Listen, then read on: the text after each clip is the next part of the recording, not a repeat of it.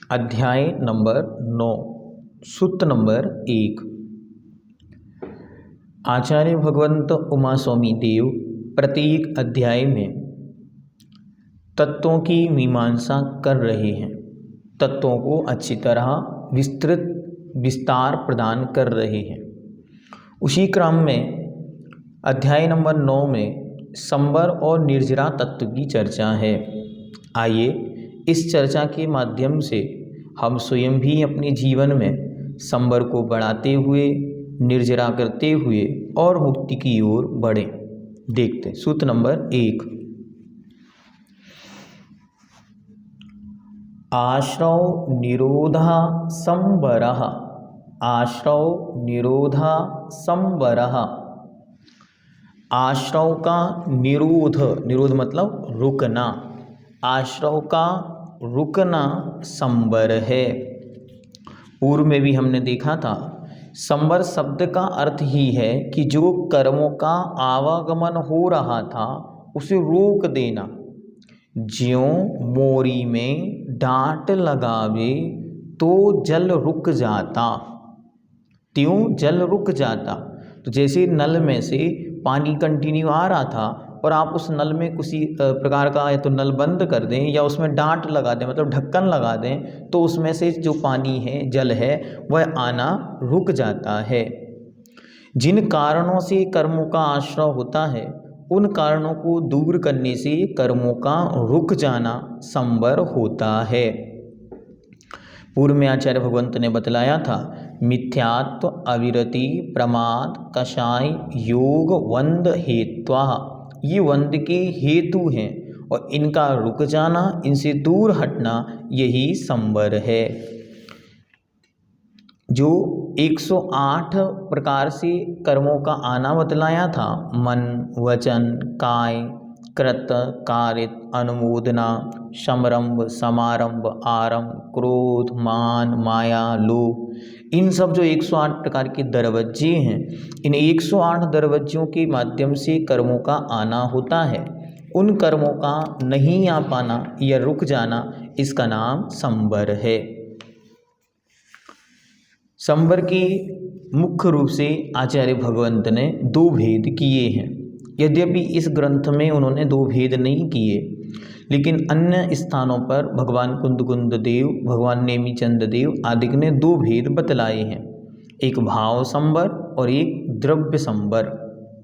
भाव संवर क्या है? तो आत्मा के जो परिणाम कर्माश्रय को रोकने में कारण हैं, उन परिणामों का नाम, उन भावों का नाम भाव संवर है।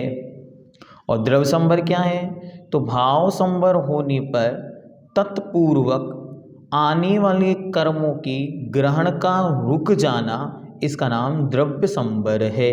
अर्थात द्रव्य कर्मों का आश्रय नहीं होना ही द्रव्य संवर है। जिन परिणामों से संवर रुका वह भाव संवर, और आश्रय का रुक जाना, इसका नाम द्रव्य संवर।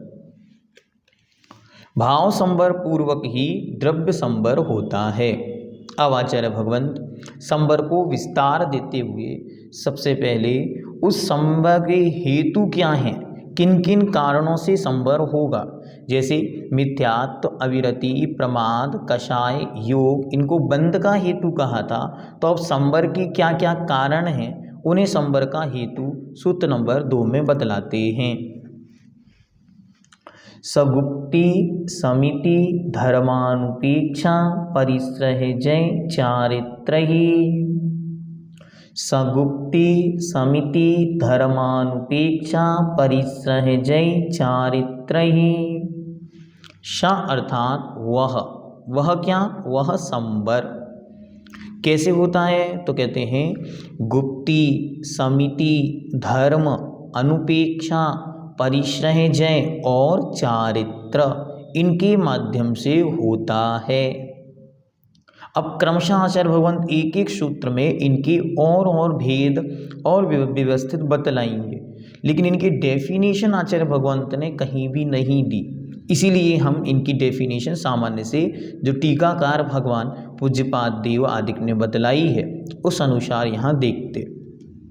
गुप्ति जिसके बल से संसार के कारणों से आत्मा का गोपन अर्थात रक्षा होती है।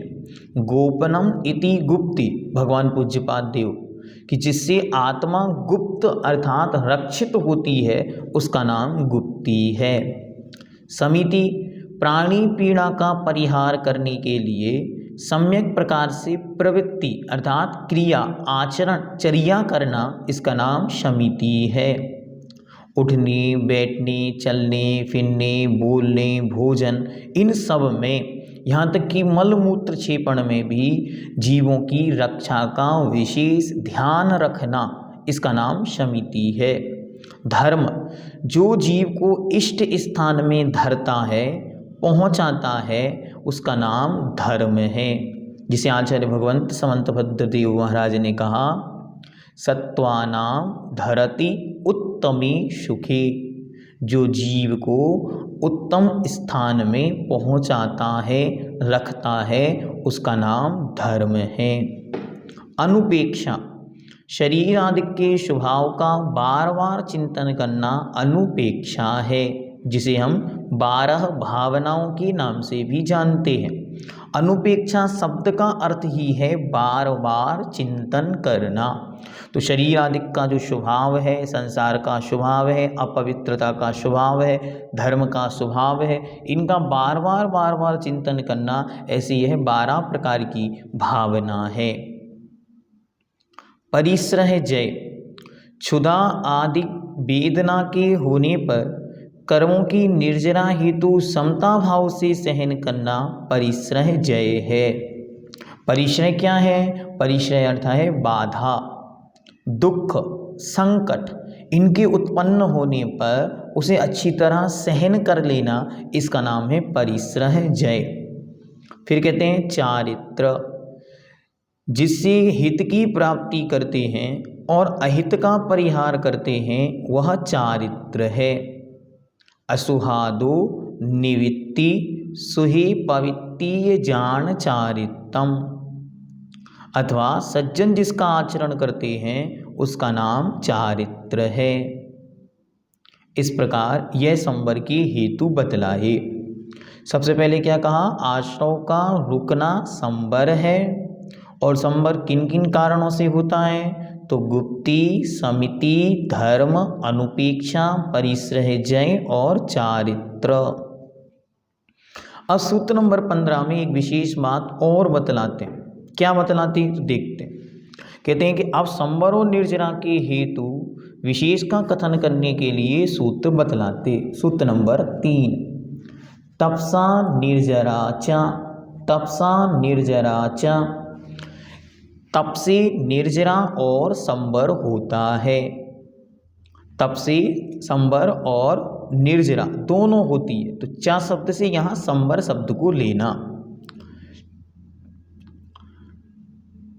तप का 10 धर्मों में अंतर्भाव होता है, फिर भी संवर और निर्जरा इन दोनों का कारण है और संवर का प्रमुख कारण है, यह बतलाने के लिए उसका अलग से कथन किया है।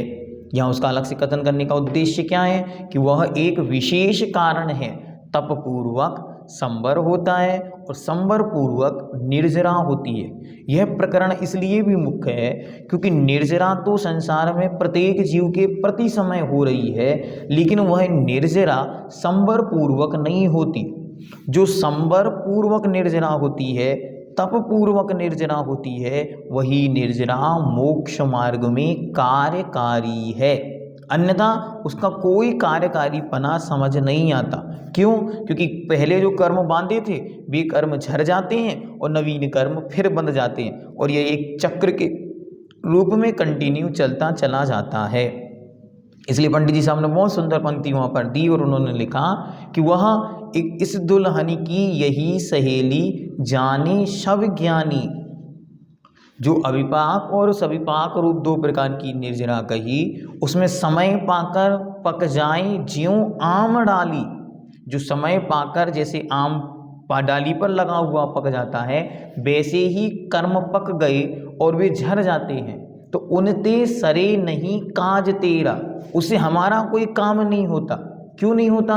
क्योंकि वे तो पुनः दूसरे राग द्वेष परिणामों से फिर बंध जाते हैं। इसलिए हमें तो उद्यम करके, अच्छी तरह प्रयास करके जो कर्म निर्जरा की जाती है वह अविपाक निर्जरा है। उसके माध्यम से जो कर्म झरते हैं वे पुनः बंधन को प्राप्त नहीं होते, इसलिए आत्मा शुद्ध होती चली जाती है और मुक्ति की ओर बढ़ती चली जाती है। इस प्रकार 3 सूत्रों को हमने जाना कि आश्रव के रुकने का नाम संबर है, आश्रव के रुकने का नाम शंबर है, और संबर के कारण कौन कौन हैं? तो गुप्ती, समिति, धर्म, अनुपेक्षा, परिश्रय और चारित्र। और तपसा निर्जरा च, तप से संबर और निर्जरा दोनों होते हैं, इसलिए उसका विशेष कथन किया गया।